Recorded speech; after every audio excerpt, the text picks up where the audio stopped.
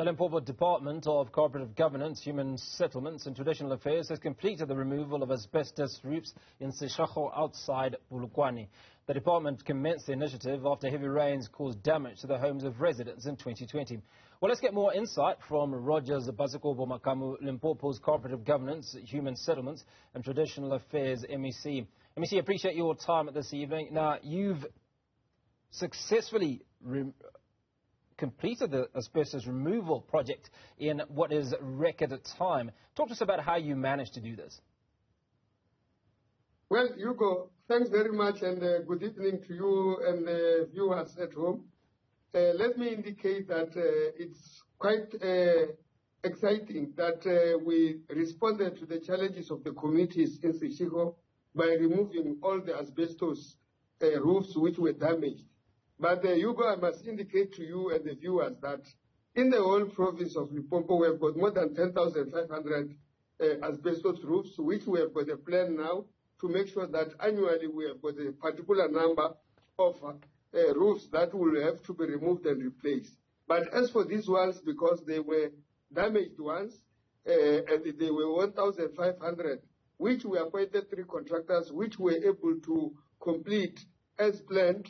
And that gives us an opportunity to look on how we are going to go for the second phase of making sure that we continue until we make Limpopo a free zone for asbestos roofs in terms of how government has provided regulations since 2008. Well, let me see, you've removed the asbestos, some of which was damaged. What was the replacement product? Hugo? What was the replacement product that you used to roof the houses from where you removed the asbestos? Thanks very much. And I will want to tell you, when I went for an oversight on the 2nd of February this year, just to see how the work is, because we're replacing with the corrugated ions, some were saying to us that maybe we should have used the roof tiles, but we were able to show them, and they accepted the corrugated ions because they were able to see that all those which were leaking previously with the corrugated ions that we have utilized, all of them, 1,500, were certified to be proper and not necessarily leaking anymore. And we said it will even give them, when there's rain, a sleeping atmosphere because they will even hear the sound whenever there will be rain. And that is what people today are using more as part of the roofing, even those that they have got their own money and be able to build on their own. So it's a quality product that we were utilizing to replace the roofs. Now, how did the department fund and manage the asbestos removal and replacement efforts? And were there any notable challenges faced during the process?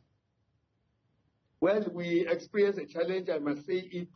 One of the challenges was the compliance, because you will know that asbestos are hazardous products, meaning that the manner in which you handle the employees that you will have to be wearing a particular specialized PPEs, but at the same time, the disposal of it has got to be specialized in a particular manner. And in this case, Limpopo province as a whole does not necessarily have any place anywhere where we can dispose them of. So we had to utilize a disposal site which is found in Gauteng in the Val area, and that was the big challenge. Now, because we still have got more to go, more than 9,000 units, we are busy engaging HDA and the environmental affairs to make sure that is it not possible to reduce the cost and get a site or build a site in the province where we'll be able to dispose, unlike taking them to Gauteng. The compliance issue was a matter at the beginning, but I must be happy to say the HDA, together with the department, were very quick to sit down and look at a better way of resolving the challenge without necessarily failing the project, and it has been a success. Now, how did you fund the project? Because you talk about repairing houses or roofs that had been damaged, so I'd imagine that this was not part of your budget. Well, we budgeted about 15 million of the project, and with that 15 million, we were able to complete the project. It could be that some of the things, like I'm saying, the transport that was involved going to Gauteng to deliver because it was not necessarily planned. But as for utilizing the budgeted amount, we have been. But also, we gave cautions to our accounting officers, our CFOs, everybody else to say, we may not necessarily want to attract any negative publicity based on this project. Our people must see. And the Hugo can invite you to visit the area one day, check the houses that we have been able to remove and replace asbestos. You will see, and you will interview people. They will tell you how they are happy and how we have resolved their challenge. Because when I visited there, they were telling me that the ANC-led government did very well in responding to the challenge, because previously, whenever there was a rain, they will wake up during the night and make sure that they get a corner, not to be in a waterlogged area because of the rain. So we resolved their challenge, and I think as the provincial government, we are happy the manner the project was executed. Well, I look forward to that invitation, MEC. But now, let's just look at this historically, in that South Africa banned the use and import of asbestos in 2008. Now, 2008 is 15 years ago. Was it taking so long to deal with the replacement of asbestos, which was banned many, many years ago?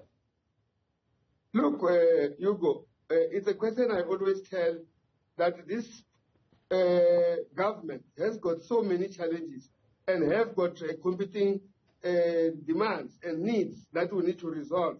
When somebody who's having a house to sleep on, you will compare with somebody who is sleeping on a shack where when it's cold weather, these people, you don't know how they are. Some are sleeping just under the bridges because they don't have houses. So I'm saying we were trying to budget, like I said, doing the RDP houses, replacing or eradicating mud houses, making sure that people in the informal settlement get proper shelter. Now, when you compare all these things that is taking long, like I say, we have got 10,500. You were supposed to ask me, Hugo, why are we not doing the 10,500 at once so that we are done with this? But you will find that at the same time, there are people who do not have houses. But as well, you do the 5,000 this year. Houses or provision of houses, it's a moving target. Other people are growing, they are becoming poor, people are losing jobs, the economy is not providing enough.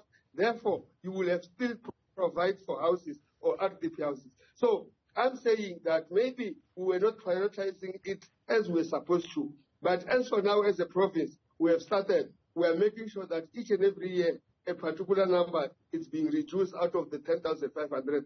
That is there, which has been assessed. And in no time, when also resources permit, we will eradicate and make Limpopo a free zone for asbestos. MEC Rodgers Basikopo Makamu, appreciate your time this evening.